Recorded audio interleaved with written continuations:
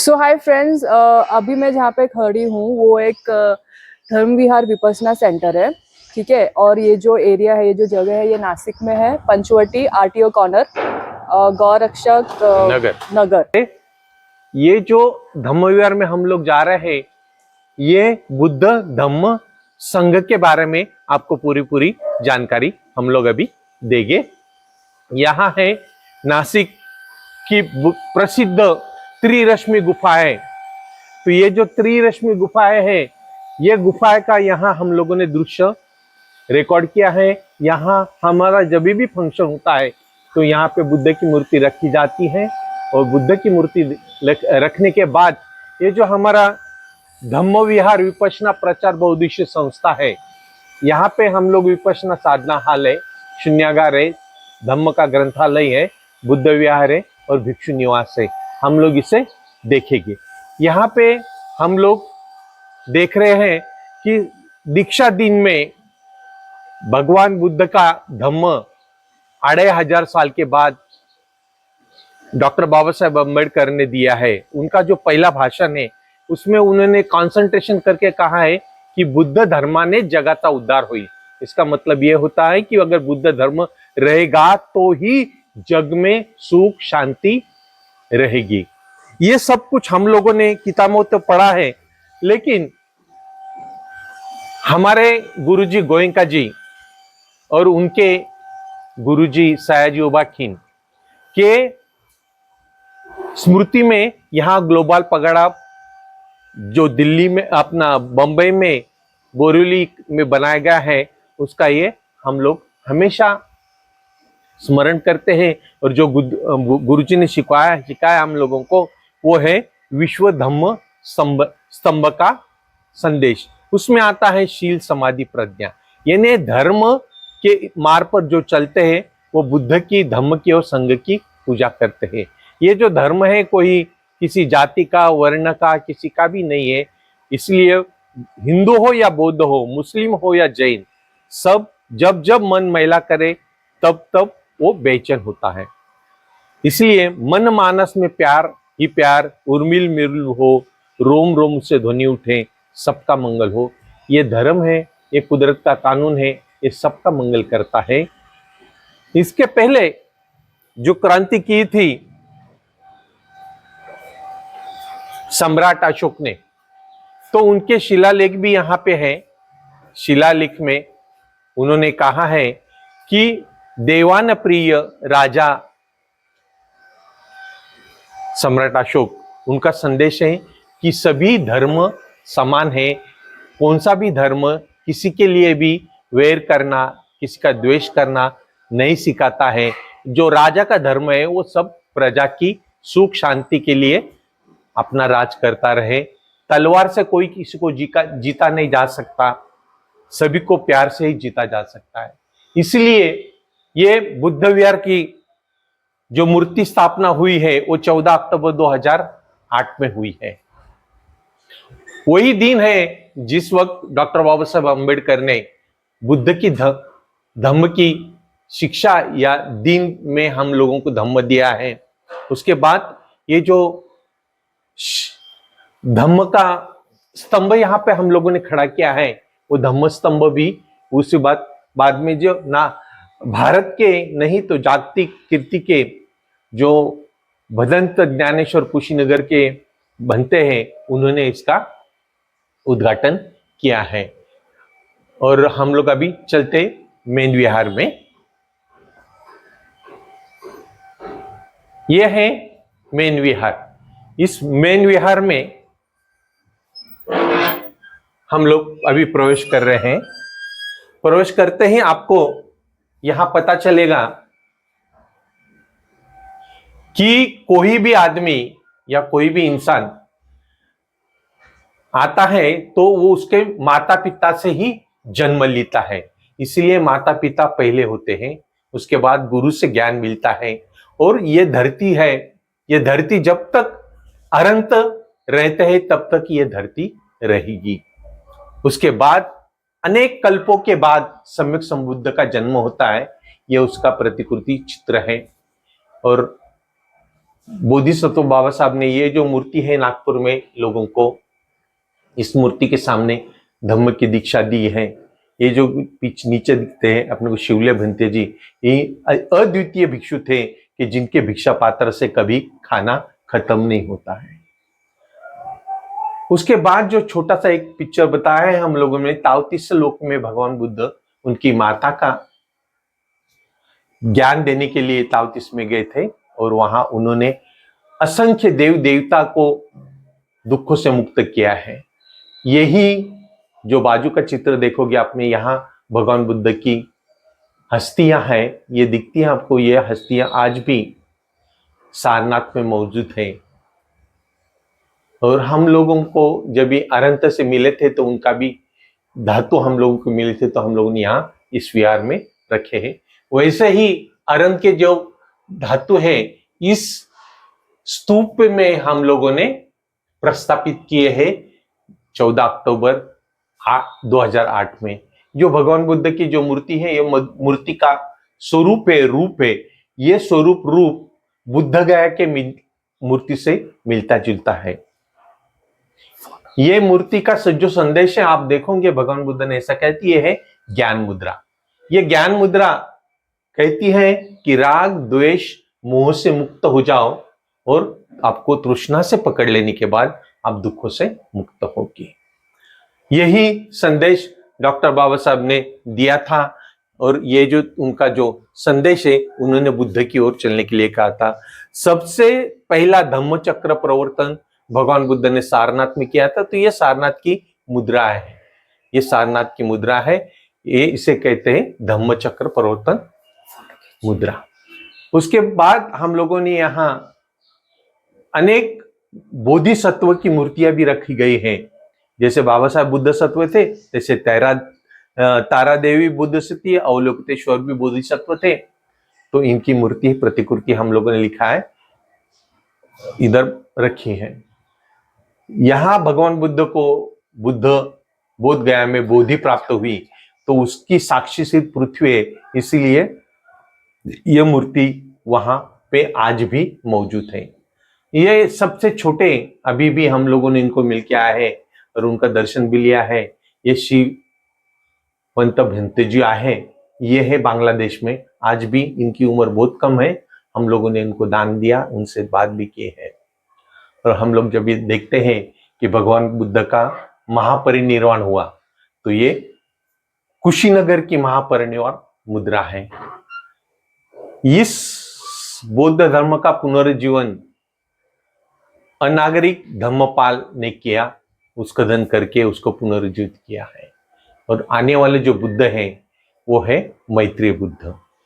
ये जो मैत्रेय बुद्ध है, उनके पहले के बुद्ध हैं काश्यप बुद्ध, तो उनको भी वहां हम लोगों ने दर्शाया है। ये जो बुद्ध विहार बना है, इस बुद्ध विहार का सफेद रंग इसलिए है कि हमारा जो हृदय है वो सफेद होना चाहिए, निर्मल होना चाहिए। हम किसी के बारे में हमारे मन में कोई ही राग द्वेष मोह न रहे। और ये जो हम लोगों ने पंचशील का दरवाजा बनाया है, ये दरवाजा भी पंचशील का है। और जिस मिट्टी से हम लोग बनते हैं, जो भगवान बुद्ध की मिट्टी का चिवर का कलर, इसी वजह से हम लोगों ने भगवान बुद्ध के जन्म से पहले से यहां सब चित्र हम लोगों ने प्रदर्शित किए हैं। ये सभी चित्र भगवान बुद्ध की हर एक जगह से जुड़े हुए हैं और जो जो भगवान बुद्ध के जीवन में घटित हुआ है घटना, ये सब वहां तक उनके महापरिनिर्वाण के बाद भी जो संज्ञान हुई उसका भी चित्र है। उसके बाद सम्राट अशोक ने जो भी धर्म का प्रसार किया है और उनके वजह से आज ये धर्म क्या है, जीवित है। और इसका इस विहार में सवेरे 5:30 से लेकर 6:30 बजे तक हम लोग ध्यान करते हैं और गुरुजी की चैंटिंग होती है और मंगल मैत्री भी होती है। इसके जो पहले देखेंगे हम लोग, तो यहाँ जब भी सिद्धार्थ बालक थे, 6 वर्ष से पहले भी थे, उन्होंने ये बोधि वृक्ष, जो प्रथम बोधि वृक्ष है, इसको जम्मू द्वीप नाम से परिचित है सब लोग। तो भारत का नाम भी पहले जम्बूद्वीप था। यह है जामुन का पेड़। उन्होंने प्रथम ध्यान यानी आनापानसति का ध्यान इस वक्त इधर किया था। उस वक्त उनके पिताजी ने देखा था कि ये सिद्धार्थ निश्चित रूप से उसका अर्थ प्राप्त करके सिद्ध हो गए, यानी बुद्ध हो गए। इसलिए ये जो दोनों ही वृक्ष आप देखोगे तो दोनों वृक्ष साथ साथ में है। ये कुदरत से आए हैं, हम लोगों ने इसको लगाया नहीं है। जब भी भगवान बुद्ध ने ध्यान करना शुरू किया तो ये ध्यान करते वक्त उनका शरीर पूरा पतला हो गया था। उन्होंने भोजन भी नहीं किया था। तो ये जो भोजन नहीं करने की वजह से उनकी हड्डियां फसली सब दिखती थी। तो ये जानकर उनके साथ जो 5 भिक्षु थे वो उनको छोड़ के चले गए हैं। तो ये है सम्यक संबुद्ध का बोधि वृक्ष। ये बोधि वृक्ष है तो इनके जाने के बाद ऐसे पैगोडा बनाए जाते हैं। जो पैगोडा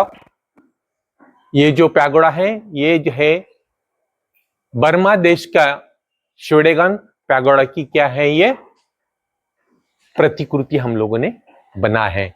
यहाँ 37 बोधि पक्ष भी का उसको सिंबॉलिक तरह से किया है। 4 बाजू में 4 ही सिंह है। सिंह गर्जना बोलेगा तो भगवान बुद्ध की वाणी, और चारों बाजू में चारों तरह के धम्म चक्र भी है। तो इसका ये महत्व है कि ये पैगोडा ये ध्यान करने के लिए ही जगह है, ताकि हर आदमी अपने दुखों से मुक्त हो जाए। हम लोगों ने इसका जीर्णोद्धार किया है, और उसका जीर्णोद्धार करते करते हम लोग कंस्ट्रक्शन करने के लिए इसको 4 महीने लगे हैं। हम लोग इसमें तपे भी हैं, और तपने के बाद फिर हम लोगों ने इसका नूतनीकरण किया है। चलो हम देखते हैं क्या नूतनीकरण किया है।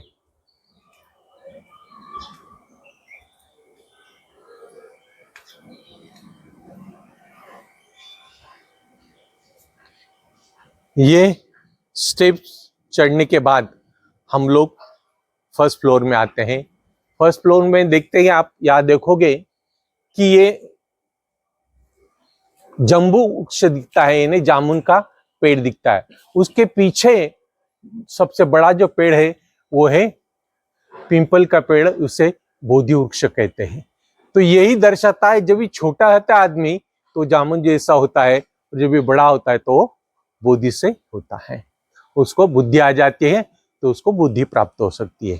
इसके लिए हम लोगों ने ये शून्यगार भी बनाया है कि एकांत में कोई भी ध्यान करे। तो ये ध्यान केंद्र का उद्घाटन 14 तारीख को विपश्यना आचार्य संघ कीर्ति ने किया है। यह है वो ध्यान केंद्र। उसके बाद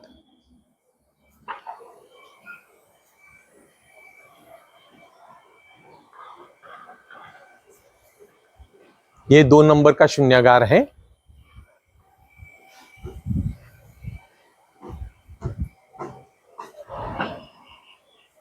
ये जो प्रतिकृति आप देख रही हो, ये प्रतिकृति